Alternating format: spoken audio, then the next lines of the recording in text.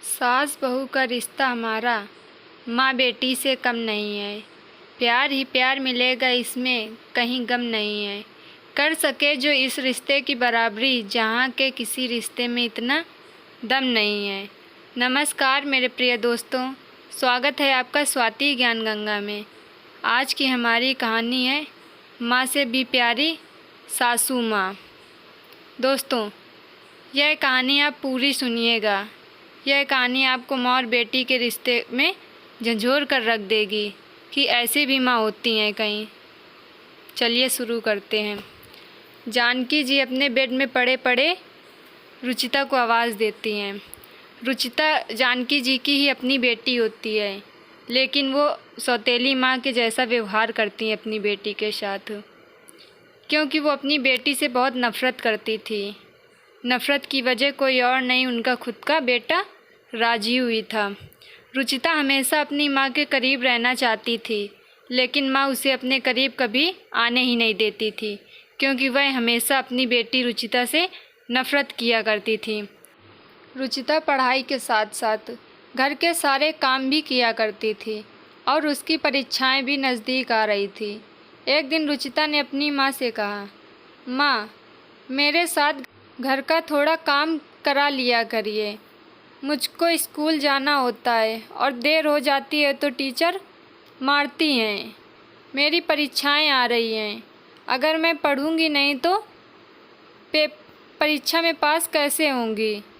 लेकिन ये सब रुचिता की माँ को अच्छा नहीं लगता कि वह उनसे यह सब कहे। जानकी जी ने पलट कर कहा, तू पढ़ाई करके करेगी भी क्या? क्या मतलब है तेरा पढ़ाई करके? तेरा भाई है ना पढ़ाई करने के लिए, वो पढ़ाई करके अच्छी नौकरी करेगा। तू क्या करेगी? सिर्फ चूल्हा चौका ही? नहीं करनी है पढ़ाई। ज़्यादा बहस करेगी तो तेरी पढ़ाई बंद करवा दूँगी। इतना सुनते ही रुचिता डर गई। सोचने लगी, अगर माँ से ज़्यादा कुछ कहती हूँ तो माँ मेरी पढ़ाई बंद करवा के घर में बिठा देगी। इसलिए रुचिता अपनी माँ से और ज़्यादा कुछ नहीं कहती। वह अपने कमरे में जाकर खूब रोती है कि काश जिस तरह से माँ भाई को प्यार करती हैं उस तरह मुझे भी करती होती। लेकिन ऐसा नहीं था। रुचिता की माँ हमेशा अपने बेटे राजीव को ही सबसे ऊपर मानती थी, क्योंकि वह उनका इकलौता बेटा जो था।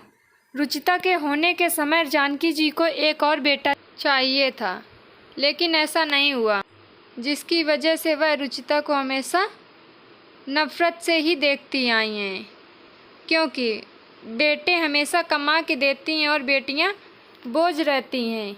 यही गंदी सोच जानकी जी की आज तक रही। एक दिन जानकी जी ने रुचिता से कहा, मैंने तेरे लिए एक लड़का देखा है जो कि बहुत अच्छे घराने का है और बहुत अच्छा है। यह तो जानकी जी सिर्फ अपनी बेटी रुचिता को बहलाने फुसलाने के लिए बोल रही थी। असल में उनकी नज़रों में वह लड़का पूरी तरह शराबी और जुआरी था। जानकी जी की सहेली ने यह सारी बात जानकी जी को पहले ही बता दी थी कि लड़का जुआरी और शराबी है। इसी वजह से तो जानकी जी शादी के लिए तैयार हो गई थी, क्योंकि वह रुचिता को कभी खुश नहीं देखना चाहती थी। वह रुचिता से बात करते करते बोली, हम तेरी शादी जल्दी कराने वाले हैं, तू अपनी पढ़ाई बंद कर दे। रुचिता रोते रोते बोली, माँ, मेरी 12वीं की पढ़ाई है, पूरी हो जाने दीजिए, उसके बाद शादी करा दीजिए। लेकिन जानकी जी के जिद के आगे किसी की एक नहीं चली और जानकी जी ने उस लड़के के साथ रुचिता की शादी करा दी। लेकिन ये क्या, ये तो उल्टा ही हो गया।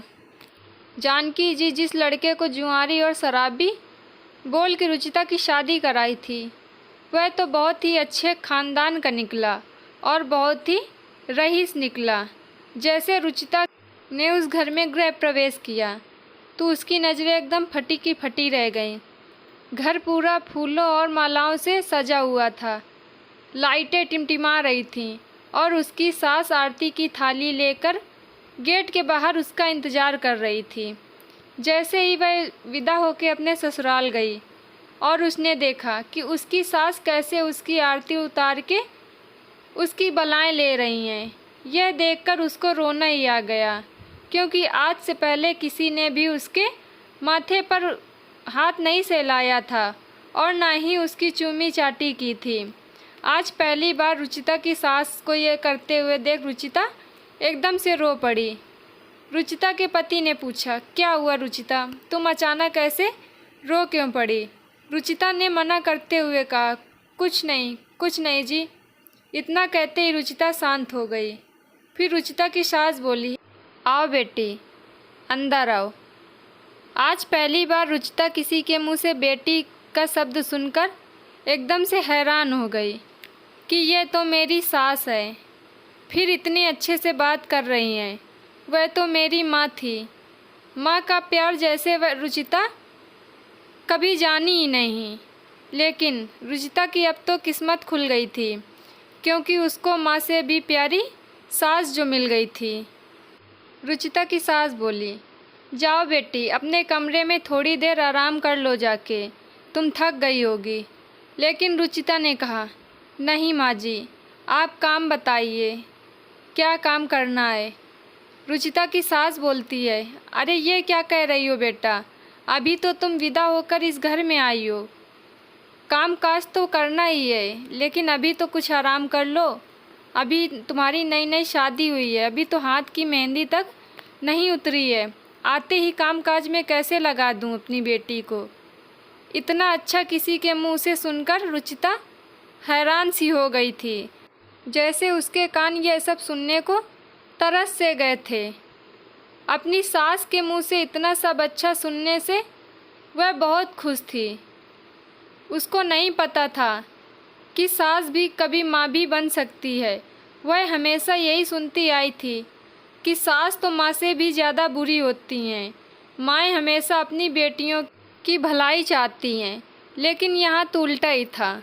रुचिता की माँ ने तो भलाई करने के बजाय हमेशा रुचिता के साथ बुरा ही किया था।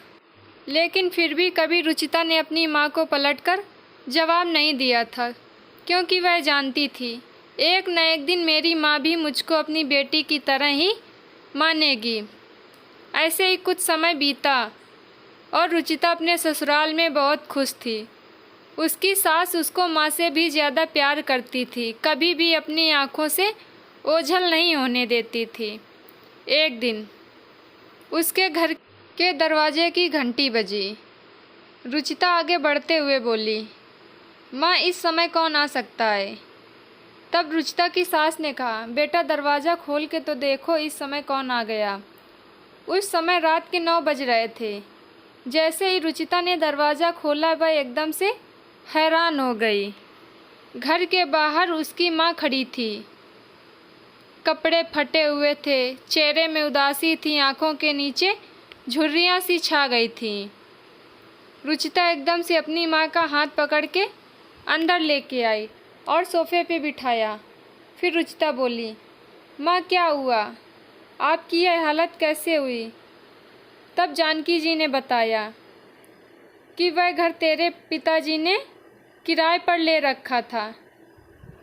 जब तू थी तो घरों में काम करके जो भी कुछ पैसे मिलते थे तू किराया दे दिया करती थी, लेकिन जब से तू आई है तब से उस घर का किराया नहीं दिया गया। इसीलिए मकान मालिक ने मुझको अपने घर से निकाल दिया है। आज से ठीक 3 दिन पहले उसने मुझको घर से बाहर निकाला था। तब से मेरे गले में एक अन्न का दाना नहीं निकला।